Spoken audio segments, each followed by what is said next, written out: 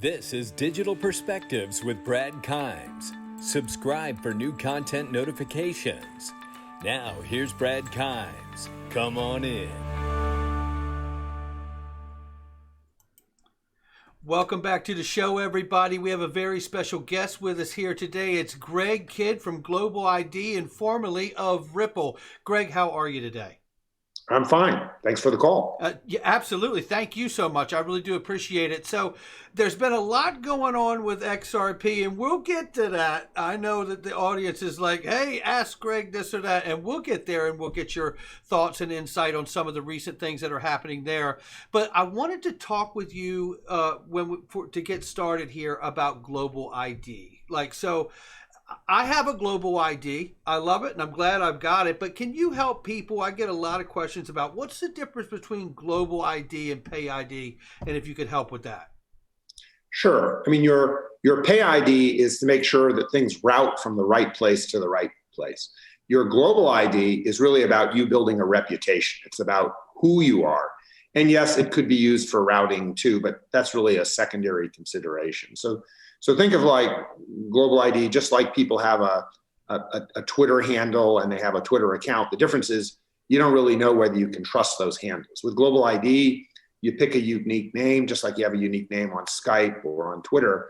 But then you go on an Easter egg hunt. You start to collect these verifications. It might be of your driver's license, your phone number, your Twitter account.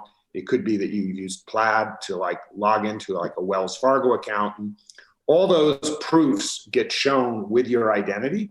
That the private information is hidden away, but the level of verification you have. And so it tells you how much you can trust that identity. Whereas Pay ID is really the routing to make sure you don't make a boo-boo when you're sending money from A to B. So that's why they're complementary. We're in the Pay ID coalition, but Global ID is all about creating trusted identities. So you have a vision of like who that person is, not just like how to like route money from into an account to them. But this is a huge, important company and things that you're doing here, because this to me is a huge fragmentation between the traditional world and the traditional payment methods and where everything is going, and it seems to be going there rather quickly, as the conversation we'll get to in a few minutes here. But talk to me about this fragmentation that you're really filling in this space. Are you seeing a larger adoption rate with consumers, or are you seeing a larger adoption rate with business, and or both? Well, so first off, Global ID, it's still really not out there yet in prime time. You can download it. We have a bunch of partners that are in our investment ecosystem that before we make them switch from doing identity in their own silo to doing it on the open platform Global ID basis, we want to make sure this thing is finely tuned because we're big investors in a lot of those companies. And so they're on the timeline for adoption, but we haven't pulled the trigger yet. You can download Global ID as a B2C type play, but until it's actually integrated like at an Uphold or like at a Brave, those are all like pipeline opportunities. But the real idea here is to be able to take your identity, a verified identity with money, with messaging between different platforms. Currently right now, every time you sign up for Square or Venmo or Coinbase or Uphold, you're signing up again and again and again. And your identity is in those platforms and it's not interoperable. And because your identity is not interoperable, your money is not interoperable. Everything is like a bilateral world. We live in the world today for money that's a lot like what the internet was like when there was just CompuServe and AOL and Prodigy before the World Wide Web. So we're trying to make the identity portable, and when it's portable, your money goes with it. So if you show up at an application, you show up with your money. We're also trying to make you show up with your messaging. So wherever you go with your identity, you're going with your communications and with your value. Now that's a huge leap from the siloed world we live in today. That's what Global ID is all about. That seems like a real take the power back kind of moment moving into the digital age here. It is, because it means people will own their identity. Your data, your money won't be trapped in the silos. It goes with you wherever you go. But that's a big ambition. It's like Facebook Connect, but Facebook was never a trusted platform. You never felt that the data was secure. It wasn't privacy preserved, and it wasn't at a level that would meet with compliance, so it couldn't be used for money. It was problematic enough even just for messaging. So we're not at a place yet where you've been able to hit the pipeline moment where you're going through these exchanges and things like that. How far away do you feel like Global ID is from that moment? Well, there's a few small test cases. Like there's a service called Roomy. It's like a very popular roommate service in New York and Mexico City. They're completely converted over to Global ID. So it's out there in a commercial environment, but we're just learning and we're doing all the tuning to make sure that the friction isn't too high. How do we educate people that you're not just signing up for Roomy, but you're getting an identity that's portable? So we have a use case coming down. It's for one of the unions that represents workers at universities, and they're going to do their union membership with Global ID. They'll do their union voting. They'll do meetings for the union. They'll do it all through Global ID, and there'll be a Global ID card. So when you get paid for the work you do in the union, you can get your money, and that union can go out and negotiate for discounts with merchants where their union members shop at. So we have a number of these very, very deep vertical use cases: union membership, roommate services, where identity really, really matters. And then we'll open it up more generally to digital wallets. A big partner of ours is Uphold. That's a huge use case, but since they already have nearly 4 million members, before we flip the switch on that, we've really, really got to make sure we got our ducks in a row, because that's a regulated entity with real money. It's an international global operation, and we have to have all our ducks in a row before we switch the old way of doing identity over to this new, more portable means. Well said. Yeah. I think about this, and I obviously one can't help but think about what you're doing here and bringing that take the power back kind of moment and own your own identity in the digital world. And I just, I can't help but just go to this vision complete kind of thing where I own my identity, and throughout the course of a day, no matter where I go, whatever I purchase, whatever I interact with, I get to choose how much of who I am and what I've done is exposed in each different scenario, whether that be social media, buying something on Amazon, out of the store or the mall, or going to the movies. Is this right? I mean, this is where we're at here? This is right. It's about money, but the other use cases, we've just had a pretty problematic election for voting. Yeah. So we won't start with political voting, but we'll start with like voting at the union. But like another one is we're working with the organization. It's called CETA. It does the border control for all the airports around the world. Oh, wow. They need to do COVID credentials. And so how do you present a COVID credential at an airport that is like a universal portable token, as opposed to, once again, a siloed solution? Just like you have Clear at the airport. It only works at some airports, but not at others. Obviously, for something like COVID, it's going to have to be portable. But, the challenge is if you can do it with money is kind of the hardest thing. Voting, medical records are kind of easier than money. It sounds kind of strange, but money is the tough one. And so, I love money. I come from the payments world. I come from the Fed, come from Ripple. And the challenge, like, again, this kind of links you to Ripple. Ripple made it possible to move money from one ledger account to other in real time. That's an amazing, amazing capability. The only question is, should you? And to know the should you question means you have to trust the other party. So we're really the trust framework. What Ripple does is it provides the part of the ledger that makes you be able to do things without trust, but it doesn't tell you whether you should do it. And so we're the should, they're the could. Wow. Well said. Well said. Well, if you don't mind, let's shift gears and go into some Ripple XRP news and some thoughts and questions on that. Is that okay with you? It's fine. But again, I've been away from Ripple for a while, so I'm a Ripple lover, but I'm not within the secret dome. So right. I totally get it. See what I can say. All right. Yeah. And it's your thoughts, nobody's, this is not investment advice for anybody watching, right? Okay. It's just us having a conversation, So recently, Ripple has opened up and started issuing lines of credit. I don't know if you're aware of that, but that's a pretty exciting move by Ripple because, we know that they hold $6+ billion in Q2. I don't know if you're aware of this, and some of the audience may not be, so I'll just kind of recap it. But they've also said that they are going to be participating in buying back in the secondary markets, which are the exchanges that we all purchase on and sell off of. And that to me is exciting because, look, I mean, I know that I had Bob Way on the show a year or so ago. We went over the whole accelerator program, the pre-allocation, how you can incentivize these different areas of industry with the accelerator program and pre-allocating XRP to really prime the pump and then use seigniorage in those particular corridors to stimulate the use of the assets so they can get the benefits of it. And then eventually you get competition in the same corridors that can kick off the flywheel.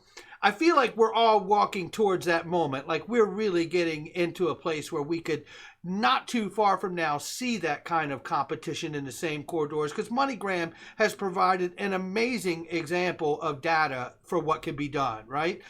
But when I see the issuing of lines of credit, I see Ripple being able to buy back. It tells me they see themselves completely decoupled from XRP, as it should be. It is a decentralized asset. They are a company, as Chevron and is to oil, right? And Yep. The thing that I find amazing is that, I mean, Ripple started out as a fintech company. Then it graduated to a payments company. Then it graduated to, as Brad Garlinghouse says now, a blockchain infrastructure company. Are we watching with the lines of credit and the ability to buy back off the secondary market? Are we watching Ripple turn into a bank potentially? I mean, it seems like they're growing up into another phase of existence here. Okay, so yeah, so I love the idea of Ripple as a bank. There's like a new charter in Wyoming. There's that just issued. First went to Kraken. The second is going to a company that is that is going to be a first bank that's going to issue a digital asset of its own. And I won't say more about that because that's still in the works. But the idea that you could get a digital asset backed by a bank that is interoperable worldwide 24/7, that totally transforms the way correspondent banking could work. Full disclosure, I was an investor in MoneyGram, so I was very happy when Ripple came in. I'm investors in other services like obviously Uphold or TransferGo or V Americas, all of whom have made use of the liquidity facilities from Ripple. And so yeah, the idea that you could have XRP as a way of rebalancing at any time. So like if you're getting short on liquidity in some payout place and your liquidity partner is willing to take Ripple, even if they're like paying out in some other currency, so that you don't have to have so much fiat currency parked all around the world. That to me is just like a much, much more efficient engine. It's like an engine that can run on 1 quart of oil instead of 8 quarts of oil. That's just a better efficient engine. And so I look forward to us getting to that world. It is interesting. It's a big philosophy as to like whether, Ripple would be better off as being a licensed bank. Back when I was there, we were going in the opposite direction. We were kind of leaving a lot of those responsibilities to people who had licenses. I don't know what the latest scuttlebutt there is on, being more of a licensed entity or being even further away from that. So I don't have the crystal ball on that. Yeah, no, and I don't either. I tell you, this has been one of the most fascinating things I have ever watched in my life. I mean, it is something to witness. I have the utmost highest regard for everybody at Ripple and you and your tenure there and everything that they have done. It just seems like they are so together and they seem to get it at such a higher level than most of the other coins in the space. And I don't mean for that to sound like a maximalist when I say that. We need a lot of things in this space. There's a lot of use cases that are going to be developed and pursued in this space. And I feel like XRP has clearly made a path to what they're going to be able to do in this space. And it seems to me also here in the States, I know we've had issues with regulatory clarity, right? That's been a big thing, but who has been the champion when it comes to regulatory clarity? It's Brian Brooks from the OCC, right? Yep. He has a vision that is clear in a way far and above, I believe, anybody else I've heard speak on the matter. He just has such a perspective and insight that it's absolutely mind-blowing. And it makes sense to me that he would be out here in the front of this thing. And when I hear him make these letters or issuances that federally chartered banks can now custody digital assets. federally chartered banks can now custody the reserves for private stablecoin issuers. This is exciting to me for a couple reasons. One, just on its face for what he said they could do, and they can participate, and they're FDIC insured. So this is enormous for bringing that kind of confidence to the consumer investment and protection and business investment and protection and those things. But the other side of this, leaning back into Ripple becoming a bank, is if Ripple becomes a bank and they're holding XRP, baby, we're in business. The OCC is really you're going to fall under the purview of the OCC. And at this point, and I know it's early, but what a better place to land than somebody at the OCC like Brian Brooks, who has such a clear vision about how to get this going. Yeah, so I mean, spoiler alert, I mean, I am an ex-regulator, I'm ex-Fed, and so I love the idea of an expanded definition of who can be a bank. When back in the day before the financial crisis, there used to be in the United States 40 to 50 new banks a year. That has turned into a trickle of like 1 to 2. There's like a couple of things that are kind of hardly a bank, or like they're half a bank or whatnot. But it would be really interesting if the United States could be an innovator in the banking industry as opposed to basically, dragging the chain. And so with Brian Brooks, there's hope and scope for that. We know the states are going to push back. The states like to do this on a state-by-state basis. And, there's every party I go to, every conference, they try to play nice at the front of the room between the feds and the states, but it's total war. Now, what that means and like where like a Ripple or other folks could be in the queue, I don't know. But I personally would like to see a more innovative group of new banks every year. Otherwise, there's just going to be innovators and banks. Like, that doesn't make sense to me. Why can't you have innovative banks? Yeah, no, I think that's a great point you're making right there. And it really moves the conversation further when you talk about that going into neobanks, right? Not having a brick and mortar, just being digital and having the regulation for that. And that's an exciting moment I want to see come. Also, the idea of, banks being able to custody the reserves for private stablecoin issuers.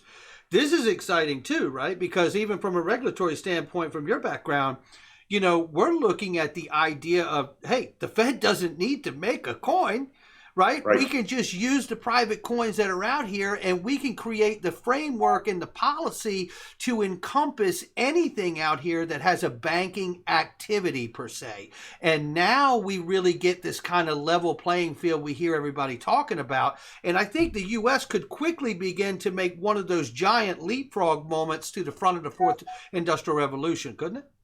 We could have a better tether. I mean, what the world wants, the reason Tether does as well as it does is because there's not what you are talking about. There's not a bank backed, not a U.S. bank backed, that has access potentially to the U.S. payment system. So, there's interoperability between like the old money that operates like the wire transfer system works on, Monday to Friday, 9 to 5. Like, well, that's fine. But, if you really want money that works the way the world works, you want a version of that works like 24/7. And so there's the stablecoin version of that. And then there's the Ripple version of that, which isn't attached to a stablecoin. Stablecoins are great and fine, but they're not like supercharged. The whole thing of XRP is you can do something that isn't like tied up with all the various requirements and whatnot. It stands independent of that. So having both is amazing. And then you just let the world decide when it needs to like do things with like one kind of oil, which might be stablecoin oil, versus another,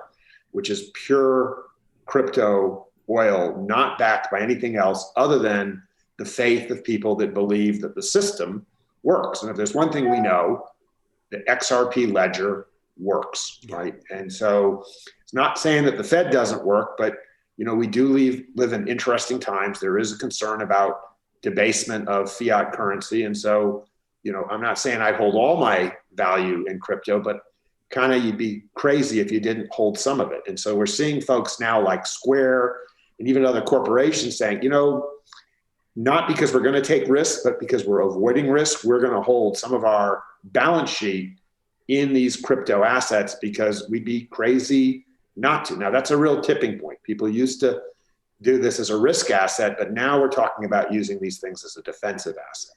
And in the case of XRP, like, everybody knows that Bitcoin's like digital gold, but like XRP has a real purpose. It is a payment access. It is the classic, truest utility token you can imagine. It has a very focused use case, which is payments, right? And so I'm obviously a super payments warrior. And so I'd love to see that be done in a more regulated front door environment.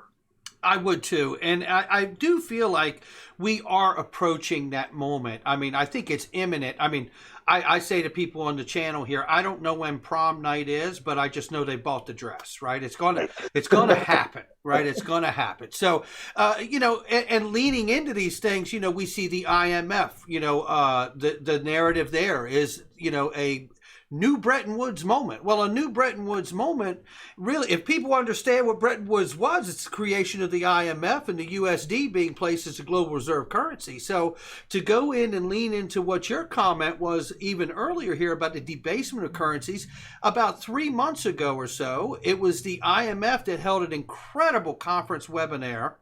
And it was basically about the external adjustment to dominant currencies like the US dollar, and Barry Eichengreen, who rightfully said that we need to tackle the problem of the dominance of the US dollar out here as the global reserve currency. It is the 21st century Triffin dilemma. Your thoughts?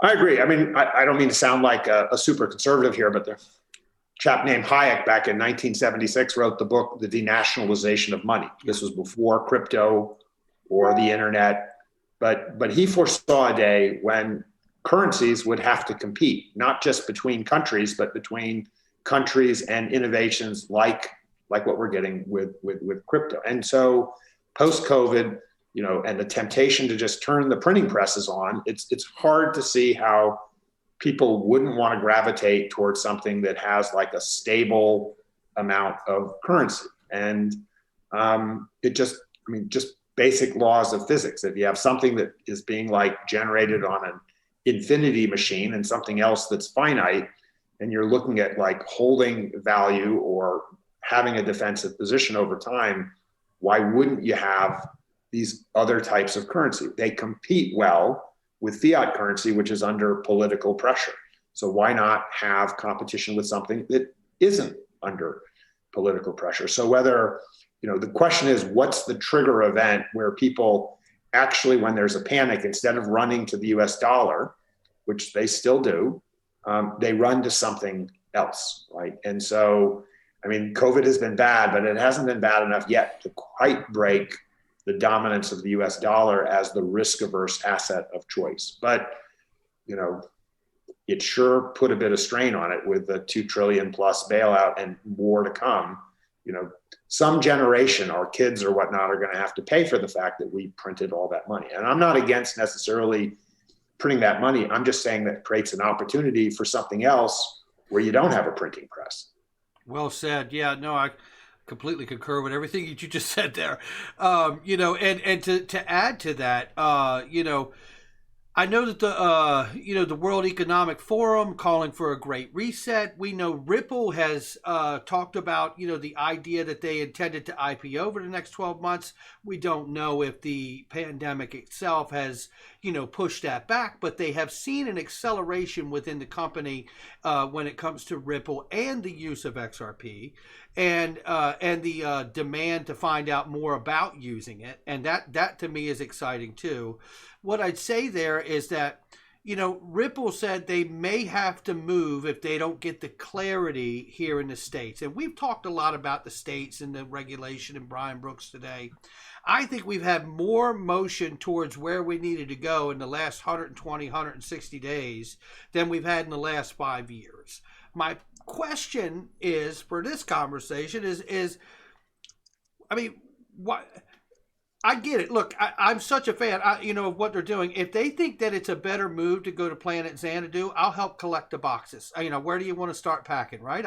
I'll help go anywhere you want to go. But if all of these other areas have more clarity, like, Singapore, Monetary Authority, and Japan, and the UK, and Malta, and Liechtenstein, if these areas have more clarity like they talk about, why aren't they using XRP for its full-scale intended use in those areas at this point? Any thoughts? Well, and again, I don't want to know how much of Ripple's and I do it too. I posture. I'm like, I'm out of here. I'm going to go to Europe or Asia. Or really, for me, I had residency down in New Zealand. Look, the reality is wherever you go, because the world is still a dollarized world, 70% of what happens, the long arm of the law, the long arm of regulation, you can't really get away. I mean, you can show like you're making a political statement by moving overseas and basing, but your money, your currency, if it's going to be successful, it's going to touch the U.S. dollar. It's going to touch the United States, and so you can't really escape America if you're in the money business. And so you can make a political statement, but that's about it. And I think Chris and Brad and some of the other folks like David Schwartz, the CTO, I think they've got a pretty good life in the United States, and there's a lot of other benefits. And while it might make, a political statement to move to to elsewhere than the United States, I don't really see that it solves the problem. I understand their frustration and the fact that there's not clarity. And I think it's a terrible thing. It's like the U.S. trying to fight and be an innovator with not one, but two hands tied behind your back. But, other than making a statement, I don't think that that's going to get it resolved. We do need, as this country, regulatory clarity. We didn't get it under the Obama administration. We didn't get it under the Trump administration. I don't know that we're going to get it under the Biden administration, but every time there's a change in guard, I say a little prayer that maybe we'll get clarity. Don't know, but there's a new administration, a new cop and new sheriff in town. We'll see whether we can get clarity for our industry. I think that's well said, and I feel the same way. I understand their frustration. I mean, they work so very hard, and not just hard. They work smart.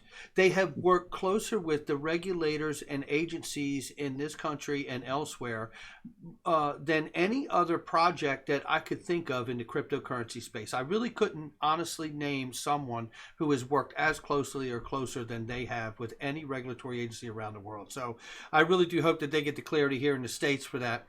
Now, this is exciting because when I think of these things, and you're right, the administration, you get it, you don't get it, you hope you get it the next time around. One of the things I like really kind of fall back into is the fact that it's a decentralized global asset. And we need somewhere around the world two entities to agree to synchronize and to begin using this thing for settlement and put the real business pressure, or politely said incentive, right, on the rest of the world to commit. And I think at some point you're going to have to see that kind of synchronization or coming together of a commitment, whether it be a upper tier of central banks or payment companies, or even if it's remittance companies just beginning to do what MoneyGram's doing and compete in the same corridor and create that flywheel effect. Your thoughts there? Well, this is where I go to these conferences on central bank digital currency. And, it's a big thing. They have these topics, and I'm always the gadfly in the audience because I get to the point. I say, okay, well, look, you're going to have it for the Swedish krona, or you're going to do it for like the Chinese or the U.S. digital. My question always comes down to them. It says like, okay, who can hold this asset? And they're like, well, it's for our citizens. I'm like, okay, I get that, but like, what about, can a tourist hold it? How about like a trade partner? What about remittances? And how are you going to have a form of currency that only some people can hold, but others can't hold it? Are you going to be happy with a digital dollar that can be held by Iranian citizens? I am. That's how gold works. That's how $100 bills work. There's tons of $100 bills in Iran. But if you don't have an identity system that's global, any of these schemes, given that the ledgers from crypto already work globally, then you're just creating an inferior asset. And if you don't have the guts to create a central bank digital currency that can be held by anybody, it's like a bearer bond, And if you want to do it compliantly, you're going to have identity. You're going to have to think bigger. You can't just say, hey, no more questions from you. Don't ask us about how tourism is going to work. Don't ask us about remittances. Don't ask us about trade. Like what, you're going to run your economy without trade?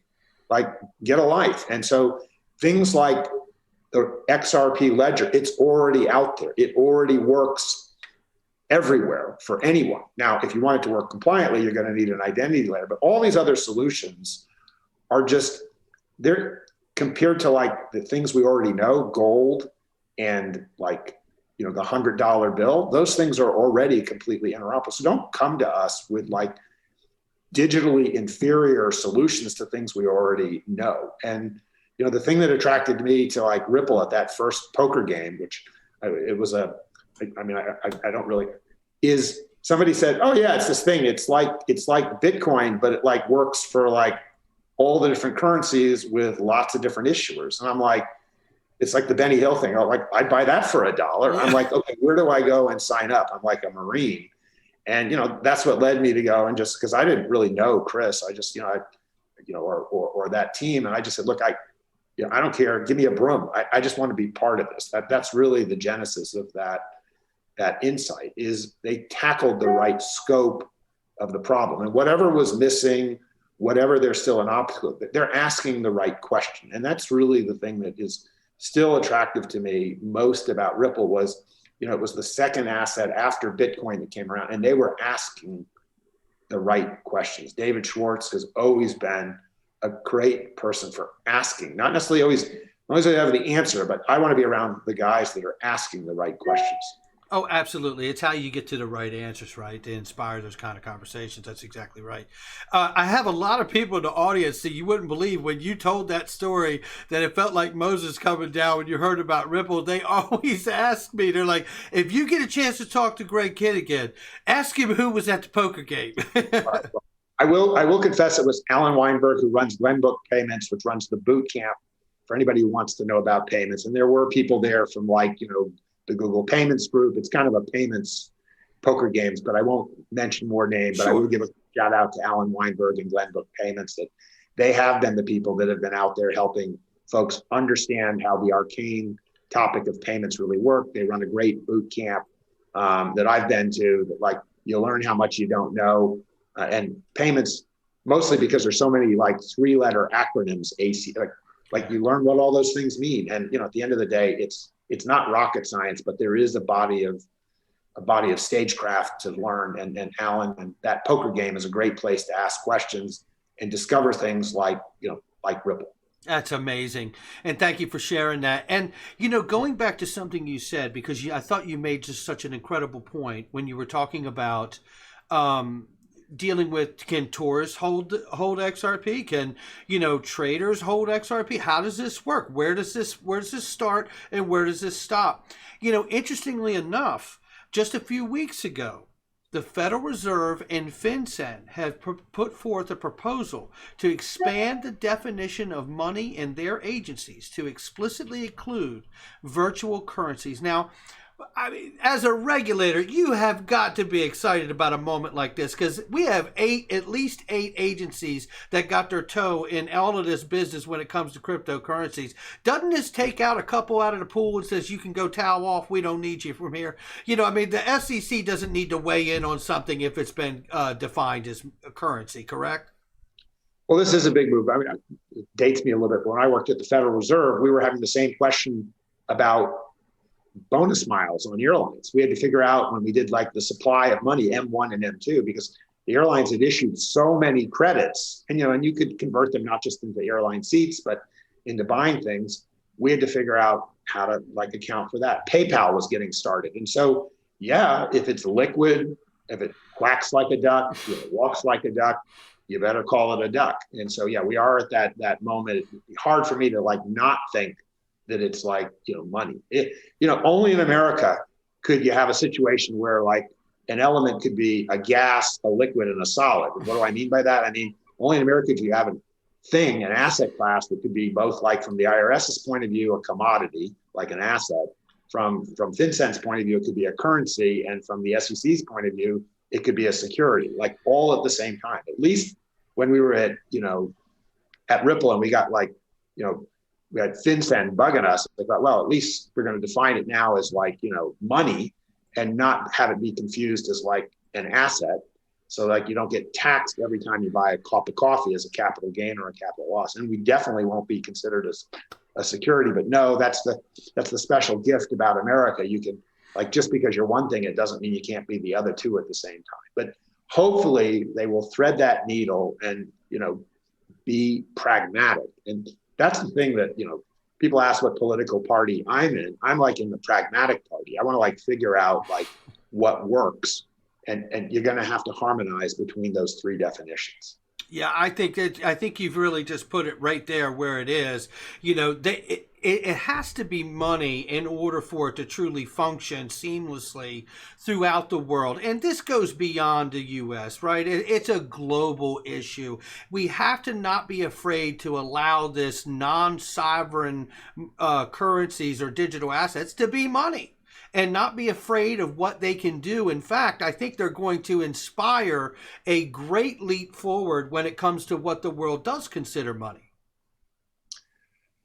I couldn't agree more. I mean, the great revolution of crypto was the creation of something that we hadn't really imagined before, which is a form of money that isn't backed by a corporation or a country. And like that concept, and that's something that you could hold without having to ask permission. Like that's a huge innovation, is not having to ask permission to hold. Now, the part that I'm interested in is how do you do all that and make it compliant? Because we do still live in a world of law. There are guys with guns and badges, and so I got to drag the chain on that type thing to like make this thing compliant and practical in today's world. It wasn't even a question of could before, but now we could. Now it's a question of should, and I'm trying to make sure we win the battle of should, because people aren't so afraid that the innovation is just too scary, right? So that's the challenge. Technologically, we've definitely proved it can be done. Now we just have to figure out how to make it to be done in a way that doesn't scare the daylights out of corporations and governments. I'm okay for them to be a little scared, but I don't want them to be so scared that we don't get the benefits of the innovation that we now have like created for ourselves. Yeah, I agree with you, and I think one that leads us to like the final thing here to talk about, which is SBI, an investor in Ripple and R3, and they have just recently come out and said that we were going to be testing XRP in the FX market of $6.6 trillion a day. Now, look, I can tell you I've already read this for days ago, right? But I mean, the reality is every time I say it again, I get excited because I understand this was the intended use of XRP to be a bridge currency, to act as an intermediary exchange here. And they're getting ready to test this in the FX market against all the money, as Ripple likes to say.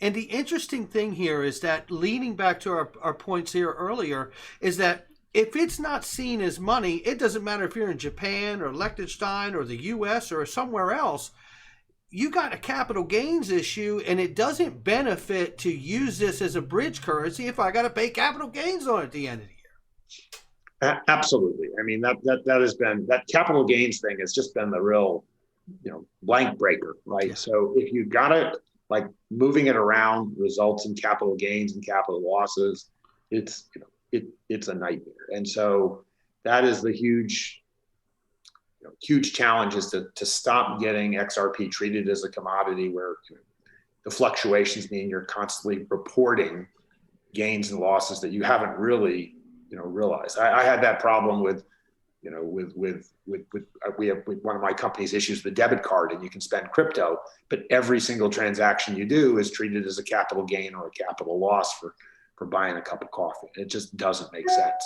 But that's the world we currently live in until they make that leap and think of crypto not as a commodity, but as money. So, okay, and as a follow-up to that, because believe me, I am there. I have been pushing this idea, to the audience for a long time, that it doesn't work really in the manner that it's intended to unless it's a currency. So then it comes down to that nasty little thing that nobody likes to talk about. And the reason that everybody originally got into crypto is to avoid taxes.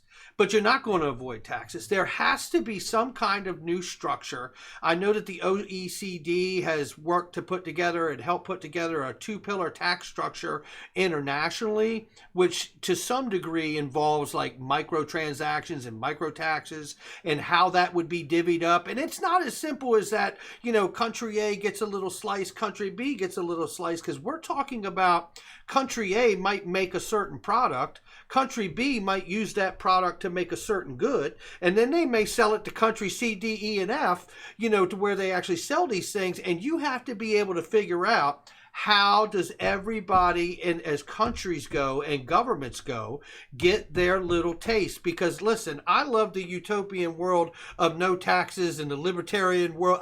I love it, but I also am 49. And I know that's not going to happen like that. Where are we at here in your view?